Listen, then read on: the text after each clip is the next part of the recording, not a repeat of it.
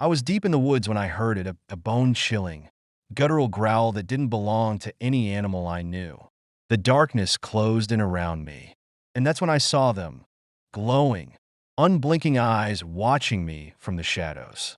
I knew then that something far beyond my understanding was out there. I tried to remain calm, thinking it was just a figment of my imagination. But the growls grew louder and more menacing.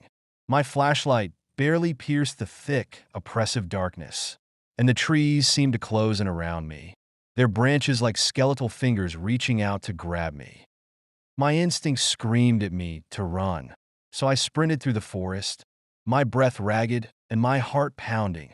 The sounds of my pursuer grew louder, more urgent. I could hear it moving through the underbrush just behind me, its growls blending with the pounding of my own heartbeat.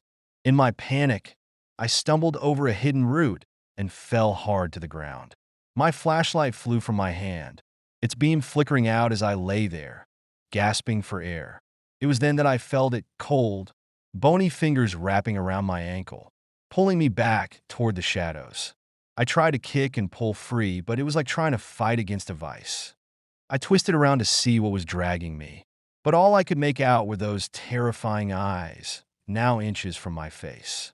I wanted to scream, but my voice was trapped in my throat, the fear so intense it rendered me mute.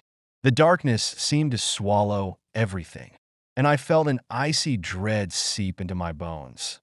Just as I thought it was the end, everything went black. When I came to, it was morning.